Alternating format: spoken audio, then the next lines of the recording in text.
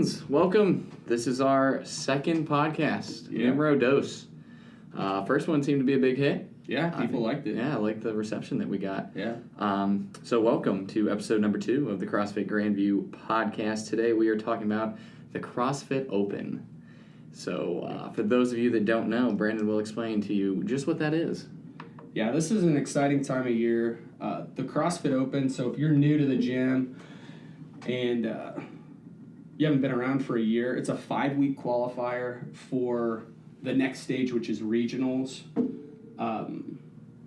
There's different divisions too. So over 35, we have masters divisions. So if you get top 200 in your age group, you would move on to another online qualifier. Individuals and then teams. So teams, I'll go into that first. Teams, they take, in the past, they've taken your top 3 scores from the guys and girls from your gym, and they combine those for a team score each week. The top 15 teams from each region move into a super regional. So there's 30 teams competing there. And then the top 20 individuals from each region move into a super regional. So there's 40 there. And then at the super regionals, you have 5 teams and then 5 individuals on each side moving through. If you have no intention on competing at a regional level, like myself, this is still a ton of fun. Mm-hmm. So it's open to everybody. Yeah. I mean, it's a great way to test yourself, to see what your training's done, because it holds everyone to the same standard across the world, which is cool. So you're all doing the same workout. You get to see where you stack up against, sometimes your friends and family who do CrossFit. They might be doing it out in, California or something like that. And you get to compete against them and see who does, better in the open, which is really cool. Yeah, absolutely. You have 400,000 people or so going at this. So it's a huge pool to kind of test and see where you're at. And then through there, only, I think, 1,500 people are moving on to the next layer. Yeah. Maybe a little more with masters, but so it's a very, very small percentage, like a percentage of that 1%. Mm-hmm. So what it really is it's a way to kind of come together as a group, have a lot of fun. Absolutely. Test yourself. You'll find big holes in your game. You'll find weaknesses. Every year we have, a ton of people get their first muscle up or chest to bar pull up. Yeah. Things like that. It's a big to-do. I mean, people love the Open. And it's a great baseline to see how you've done all year. And so then next year you can test yourself again against your scores from the previous year, how you stacked up overall. So the Open kicks off. It's a 5-week process. The first week starts Thursday, February 22nd. So these workouts come out. CrossFit does a great job of putting these out. They make it a big promotion. So Thursday night you turn on like CrossFit.com or their YouTube channel. They do a live showcase of it. And last year they actually did it Rogue. Remember that? Yep. And they opened up the new one. We had a couple people from our gym actually go. We had 2 people in the main heat. Yeah, compete against games athletes, which was really cool to watch. So every Thursday, people are glued to their TV. They see these workouts come out. And then you have until Monday to actually submit your score for that workout. So as we do these, we have a time slots for our gym to do these, essentially. Yeah. So typically we do them Friday, 1:30 to 3 p.m. That's just like our first open gym period for people to come in and do them. Then on Saturday, between the hours of 11:30 and 2:30, that's when everybody comes in. We have a DJ. It's almost like a mini competition every Saturday. People bring their parents to come watch. I mean, it's cool, and I think that environment really helps people thrive. Yeah, we don't host any local competitions or anything at our gym, mainly because we do 5 of them a year, and it's that Saturday. Yeah. So I have a DJ. We have 100 people watching. We've got videos on CrossFit HQ from those. We have CrossFit HQ photographers coming. Yeah. Because the environment it's awesome. Yeah, it's electric in there. Yeah. I mean, that's why people do so well on those Saturdays. That's the day to do it. Yeah, so if you've never competed in a CrossFit competition, this is the perfect place to do it because It's a bunch of familiar faces. It's the gym you're comfortable training in, but you almost get that regional feel. Oh, absolutely. To the competition at the open level, which is really cool. It's cool because you'll have 50 people cheering you on during the workout, and you're still competing against people and all that stuff. I mean, it's the place to be on a Saturday during the open. Yeah, I actually have to I think the last year I took a mini 3-day vacation because I MC it, so I do the workouts Friday, and then I save all my energy for Saturday to MC the whole thing. I'm screaming at people, and by the end of that 5 weeks, I'm smoked. Oh, I yeah. just had to lay on a beach for 3 days. It's an emotional roller coaster, the Open is. So after that Saturday, you can come in on Sunday and do them between 2:30 and 4:30, and then Monday again from 1:30 to 3 p.m. during those open gym hours. And the reason we set those hours is a couple reasons. So we can have people judge you, and we'll touch on that in a minute, and also so you kind of stay out of the way of classes, because sometimes these workouts can be a bit room intensive. They'll take up some space. So Brandon will talk about the rules that we implement during the Open. Yeah, so I'll touch on the rules. If you guys have any conflicts, scheduling wise, scheduling wise with the times, you can send a email request through our contact box, and what we'll do is we'll coordinate a judge and make sure there's a coach in the room to make sure you've set everything up the right way and that there's nothing wrong with the standards. So we'll coordinate that with you, and then we'll also try and coordinate with maybe a couple other people who maybe can't make any of those times. We're not going to allow you to run your own open workouts in the back of the room while class is going on without a head judge, unless you're submitting a video through CrossFit.com for them to validate. So if you don't do it during one of these times or without a head judge with you, which would be one of our coaches, you'd have to submit a video. We won't validate any of those scores. So the reason being is we watch all the videos, make sure the workouts are ran the right way, and that everything's to standard. So we run everything very tightly through the Open, and we don't want soft judging. We don't want any deviation from that standard, and a score that's submitted that those bro reps. Yeah, we're not doing that. So we hold a really high standard here, and we won't have any of that. So you have to do it at these times. You can't bring your friend in at 8:30 in the morning who's a soft judge and do it in the back of the room when no one's looking. So we're not going to allow that. So moving on, this has been the issue in the past. Even with this being said, do not show up at 5:30 or 6:30 p.m. Monday evening wanting to typically redo your workout again at the last second. This is your warning. We have 2 classes going on at 5:30. We have the all level and the level 2 class both going on. The room's full. The clocks are both being used. It is 100% the worst time to try and do an open workout. And then we have elements coming in at 7:30, so we'll have an intro class coming in, and we can't have 20 people in the back of the room waiting to get their open workout in, and it's planned to not ever do that. Yeah, you don't want to wait till that time to try and squeak out another redo or something like that. You're right, just don't do it. Don't do it. We'll allow you can redo the workouts. Yeah. Don't plan on redoing it at 5:30 p.m. on Monday. And there's going to be another time you can do the workout. Absolutely. Don't say that's the only time you can do it. It's not the only time you can do it. 100%. Another important thing is if you plan on doing the Open, CrossFit has a judges course. Really helpful because it'll clarify a lot of questions you might have about standards or things. So we highly encourage you guys, if you plan on doing the Open, take that judges course. It takes all of 20, maybe 30 minutes. Get that done so that you know what you're doing when you are judging someone, because like I said, it will clarify a lot of questions for you. Yeah, and this, kind of adding on to that, if you're a regional or a team hopeful, you have to have a certified judge judging you.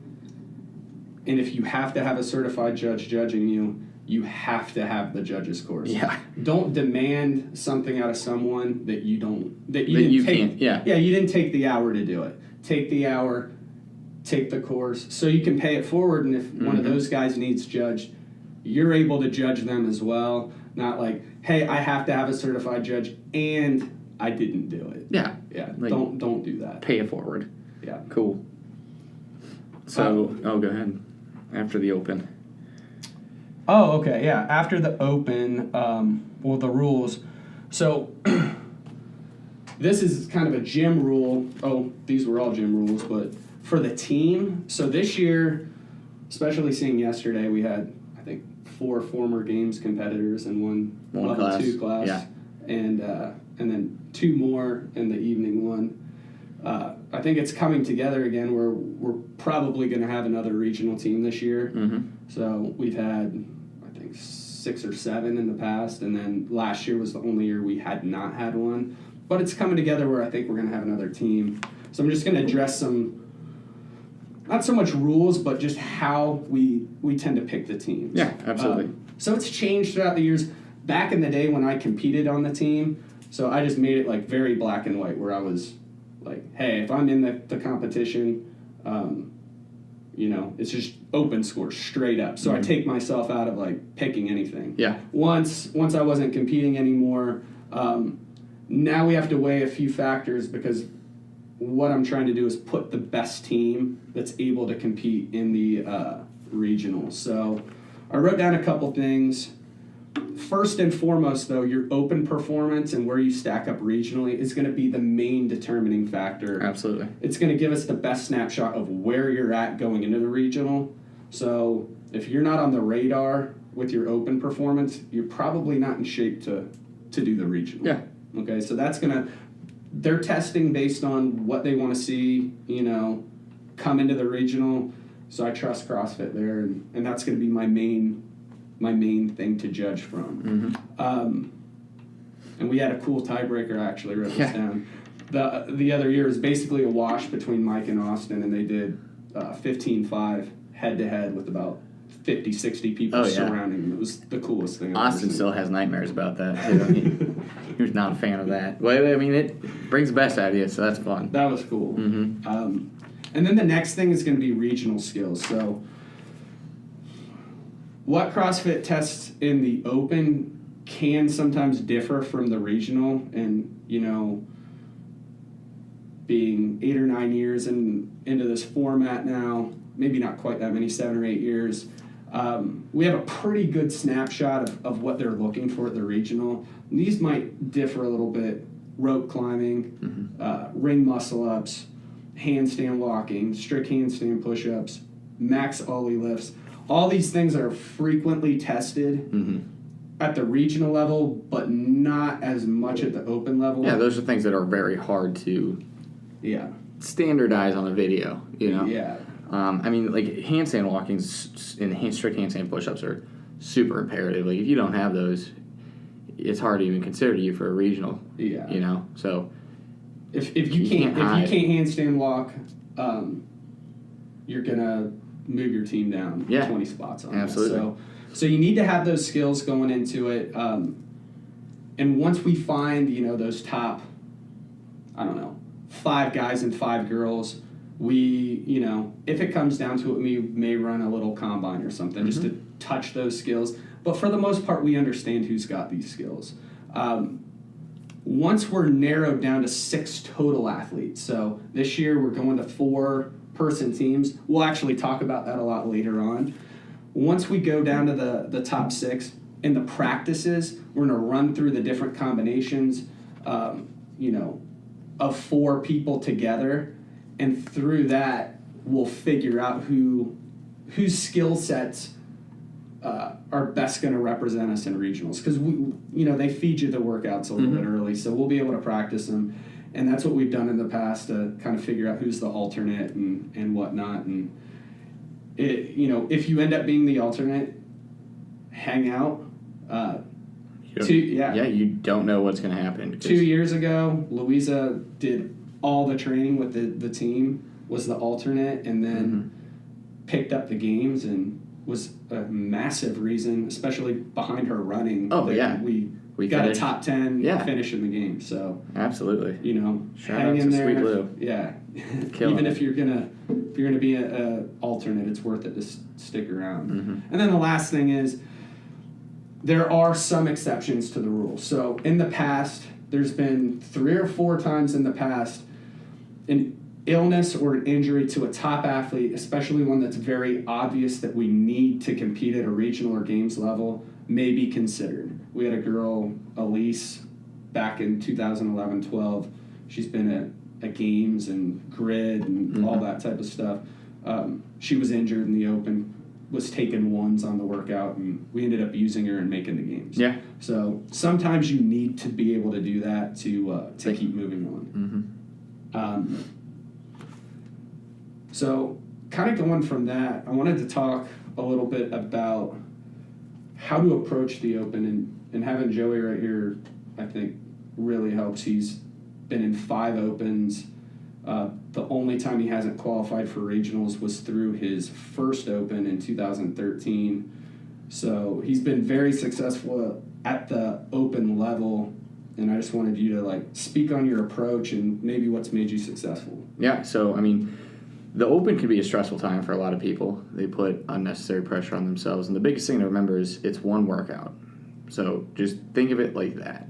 A lot of people, they try and game plan it, and they're like, okay, I'm going to do it my first time on Thursday night, I'll rest Friday, do it again Saturday, and then redo it again Monday. And it's like, if you keep doing that, you're just beating yourself up repeatedly, doing the same movements over and over. Not only that, you only have so much mental energy. So the biggest thing I've found that helped me throughout the Open is to go into every workout with the idea of I'm doing this one freaking time, and I'm going back to training. Because if you sit there and just keep repeating this workout, it eats into your training schedule. You're now no longer, working on the things you need to work out, things you might see in later weeks and things like that. So, I mean, the biggest thing that's helped me is just focus on that one workout. I put all my eggs in one basket on Saturday afternoon, and it's been the secret to my success. I don't sit there and try and redo it 100 times. I just, Saturday afternoon, I go in there, knock it out, go eat ice cream, and roll to the next week. Yeah, you haven't typically redone many. I think a couple of them. So I've done the Open 5 years, so that'd be 25 workouts. I think out of those 25, I've redone maybe 3 of them. Yeah. And that's because it might have been like that handstand push-up standard, something I didn't, wasn't super comfortable with, or last year the dumbbell, that was like a new implement. So I one of those ones where it's just that tight. Yeah. You got to get 10 seconds better to get 100 spots better. Exactly, and that's all it's been. And it's worked for me because you need to trust yourself, trust the training. Don't sit there and try and game plan things because it's not going to help you. So that's been my secret for the Open. Awesome, man. That's good advice. I think for your recreational CrossFitters, don't have expectations. Mm-hmm. I see expectations ruin half the people's Opens that come into it. Maybe they compare themselves to someone else in class and they think they should do better than them, or they thought that maybe they were a regional caliber athlete and it's their first year doing it, and it's not a realistic expectation. Your expectation, especially your first year, should be nothing. It should be use this as a learning experience. Absolutely. Find out where you're at through this process. I think the one and done strategy, just like we talked about, is really good, especially for your recreational CrossFitter. What I see from especially people in their first year, if you can literally complete all 5 workouts, you're going to beat half the field. Absolutely. If you just have 5 solid workouts, you're going to beat half the field because half the people are going to quit. Mm-hmm. They're going to do the first 2 workouts 3 times, then you run out of steam. Yeah, something's going to come up maybe that throws you off, and you're just going to be like, screw it, I don't want to do it. Mm-hmm. So I think that one and done strategy helps you run a really good pace throughout the Open, especially your first time doing it. And I really think that also allows you to use it to get fitter. Mm-hmm. Whereas if you do the same workout, you're basically racing twice a week. Yeah. You're racing your body twice a week So 10 times in 5 weeks, you're going to come out of it burnt rather than if you use it as like a benchmark workout. We do Saturday like benchmark workouts. It's going to be an extra push and you'll come out of it feeling a lot fitter. Maybe you have gained a new skill, gained a new gear because you've never pushed that gain speed before. I remember last year for me, that was the biggest thing. Like I started off slow, didn't have good workouts. By the end of it, I was getting better, getting my game speed back. I hadn't competed in a couple years, and I was like, okay, this feels a lot better. I was just doing them one time, felt a lot better by the end, and I think that strategy, when I see people use that, like Tyler Ferricks is a good example. Fantastic open athlete. I mean, he's top maybe 6 in our gym. Every year. Does the all-level workout, comes in Saturday, crushes the workout, never redoes them. Never. Takes off, and he's like my example. I watch what he's doing, and I'm like, I'm going to be like that. Yeah, absolutely. Yeah. He just comes in, puts his nose down, and he forgets about it. He goes on to the next one. Yeah. So I think that's a really good approach, for your recreational CrossFitters. Here's some examples of, I wrote this down, when not to redo, because as much as I say this, it doesn't matter. People are going to want to redo the workouts, especially that first one like 3 times. So, because it's the first workout. Don't do it 3 times and then like a muscle up comes up in the second workout and then you quit. Yeah. Like, don't be that guy. So, hey, if you feel like you had more, maybe redo it once. Don't ever redo anything 3 times unless maybe you're trying to win the Open like Dan Bailey did that in 2011 to win the Open. Yeah. Don't redo a workout 3 times. No. It's not healthy. Don't redo it because your friends scored higher than you. Yeah. That's just kind of a slap in the face. Like, it is. To your friend. It is. And actually before the Open was as competitive and our gym was always like top 3 in the region, it was a given. We had a gym rule you could only do it once. For this reason that people would wait until like the last day and then they would try and like redo it with the person maybe who was ahead of them in the Open, like knowing like they like weren't going to see it. So yeah. It's what I attribute this to. It's kind of like losing a race. So go run a 100-meter dash with your buddy. They edge you out, and then you go back to the track with a stopwatch, and then you run it and time it, and then you text them and you say, "Hey, I beat you on that." Yeah, like don't do that. You didn't really beat him. That's just mean. Yeah. And then I put again like you'll beat half the field by completing the workout. So try and run a nice steady race.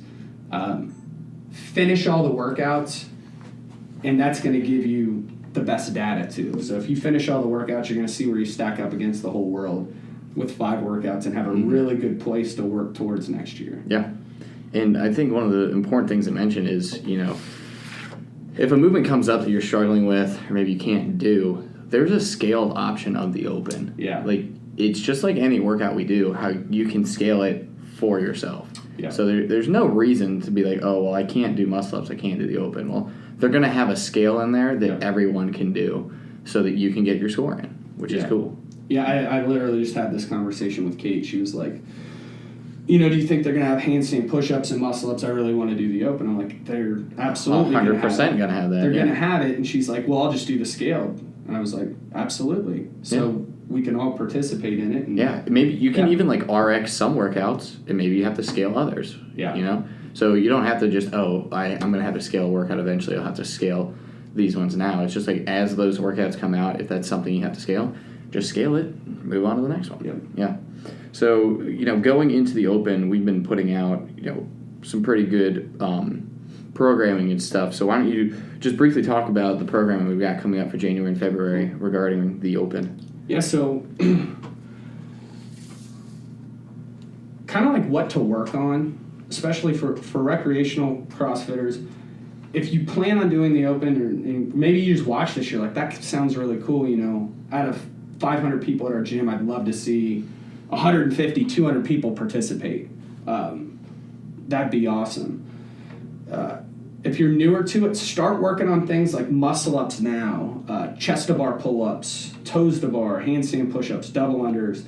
getting those OLE numbers up. Those are the things that you need to focus on because they're going to pop up and they're going to be more or less the separators in those workouts. Mm-hmm.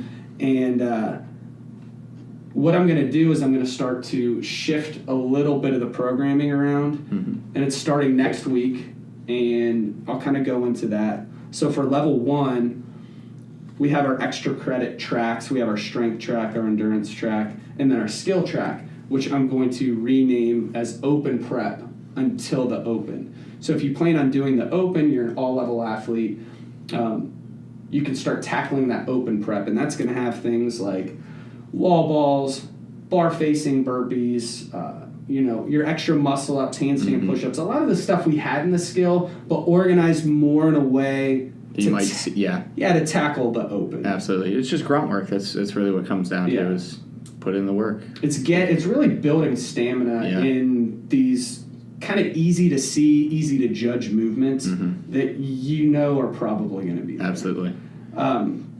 Level 2, so our games training class, I've laid out a template. It's a rough template. It might change a little bit week to week. Absolutely.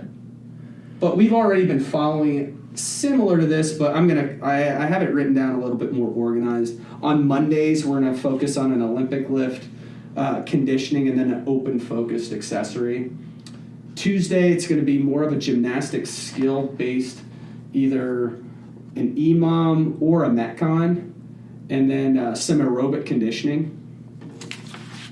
Wednesday, again, we're going to be tackling and focusing on an Olympic lift, a Metcon or a conditioning piece, and then another accessory that's open-focused. Thursday, again, we'll go back, tackle more of a gymnastics skill-based, either Metcon or EMOM, and then some more aerobic conditioning. Friday is going to be barbell cycling or a multi-stage workout. Mm-hmm. So something longer where you're going to have a few different AMRAPs. Just built-in rest, Yeah. hit another one, rest, hit another one, Just building in that stamina. And then Saturday, we're going to start from here on out retesting previous year's open workouts so you can get your mind frame and also just your body in the rhythm of, hey, Saturdays, I'm doing an open workout. Workouts, yep. I'm doing an open workout. And then I'll also have some open prep skill and accessory stuff after that. So that's sort of the programming side of things, how we're going to start to prepare for that. It's going to be Memorial Day, back in Nashville. One thing you're going to want to do if you plan on being a spectator, an athlete, anyone, probably book things now. Yeah. Like, I needed to do it 2 weeks ago. Mm-hmm. So book it now. You can always cancel your hotel. It's a crazy weekend. It's probably the busiest bachelorette party weekend of the year. Mm-hmm. They have concerts. They even had like the hockey playoffs, and it was wild down there. Oh, it was a nut house down on top there. of CrossFit. And It was everything. cool though. Yeah. It was a good environment for it, that's for sure. Yeah, it was pretty cool. And the regionals are going to be a little different this year. I know Phil had asked, so what we want to do is open up questions too. So if you guys see or hear the podcast, put in the comments like anything you'd want us to speak on. And we got a really good question. What do we think about the new format with 4-person teams? Right, so it went from 6-person teams, 3 guys, 3 girls, and this year they cut it from that 6 to the 4, 2 guys and 2 girls, which, what do you think? Yeah, so I think there's a lot of positives to that, and then there's some negatives as well. Some positives, I wrote down a couple things. It's great because it gives more gyms a chance. Mm-hmm. So gyms can be like, hey, we have 2 guys who are good, 2 girls who are good, who've got a well-rounded game. We've got a shot at, getting into a regional now.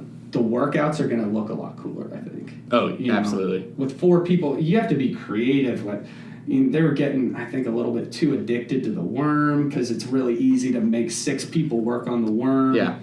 They're getting a little bit, I think, overkill with the worm, and it's going to allow some more dynamic, cool workouts. It's going to be easier for them to program, a lot more entertaining to watch. Oh, I mean, you'll see some straight races now. Yeah. Whereas in years past, there have been like favorites, but now it's going to be a very stout field out there. Yeah. Where even you're looking at those top 10 teams are going to be within a couple points of each other on everything. And all the teams are going to be really good too. Mm-hmm. And I think what I really like about it is, even the last few years, it's gotten more and more away from kind of your specialists, like your grid type specialists, where, back when I was competing, like you do one workout and then you could slide people in, like you could sit workouts out that didn't, have a strength or a weakness in it.